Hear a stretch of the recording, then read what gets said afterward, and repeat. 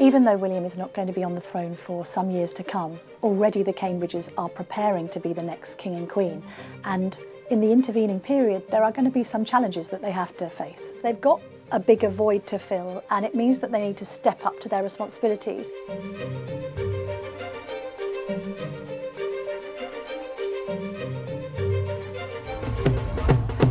In order for the Cambridges to be successful on the world stage, they have to borrow from the Queen's playbook, right? So they have to be visible, they have to be perceived to be putting duty first, and ensure, actually, in contrast to Harry and Meghan, that they appear as non-partisan as possible. And I think the Cambridges' strength will be this idea that they transcend celebrity. So while Harry and Meghan do their Netflix deal thing, you know, I think the Cambridges are trying to position themselves as a cut above that and be statesman and woman-like and be these ambassadors for the Queen. The relationship between the UK and Ireland is of vital importance.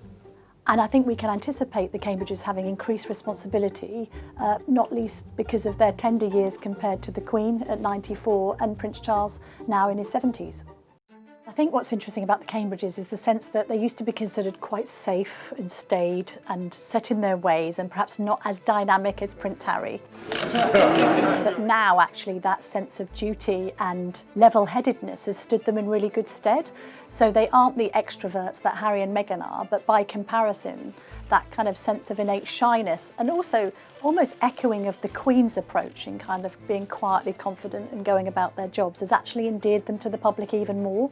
You are, uniquely bonded because of what we've been through. Well, there's no doubt that Harry's absence has impacted Prince William personally when you consider historically how close William and Harry were. Equally, of course, it puts more pressure on the Cambridges. This idea that they were sharing this middle ground between being very senior royals but not quite on the throne with Harry and Meghan, now they're there by themselves. And that means they've got a bigger void to fill, and it means that they need to step up to their responsibilities. That's difficult, isn't it? In order to be thoroughly modern royal parents, they want to do the school run, and yet at the same time they are ever increasingly in demand to carry out royal duties, and ever more so because Harry and Meghan are no longer on the scene to share the burden.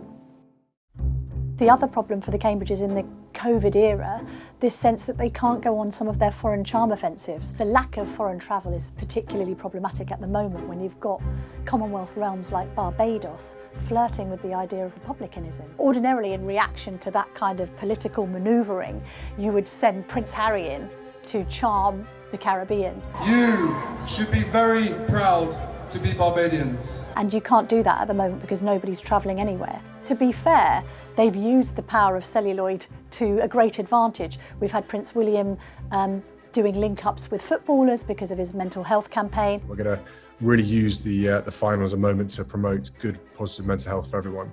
The link-up recently with David Attenborough, that's quite hard-hitting, and that gets onto the front page, that sort of imagery. That is all good publicity, and they need to keep that turning over, and it is undoubtedly harder when you're having to do that on a Zoom call or carry out engagements with conditions and face masks attached. Because Prince William is the next Prince of Wales, there are preparations he needs to undertake in order to fulfil that role when the time comes. Also, he has to be at the helm of the Duchy of Cornwall, which is the huge swathes of land that is in the keep of the Prince of Wales to derive his income. And it needs to be managed, and it needs to be overseen, and Prince William needs to be educated in the art of doing all that. He has been doing that. Our royal correspondent Hannah Furness did a feature recently with both princes, effectively showing how William was learning the ropes. That will continue.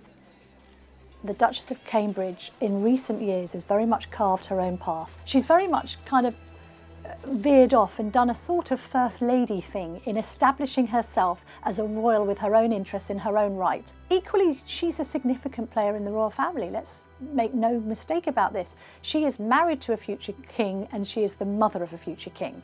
So arguably that makes her one of the most pivotal people in the monarchy altogether. So for her to be quietly assuming this extremely powerful position at the centre of the House of Windsor is interesting, right? And that makes her one to watch for the next few years.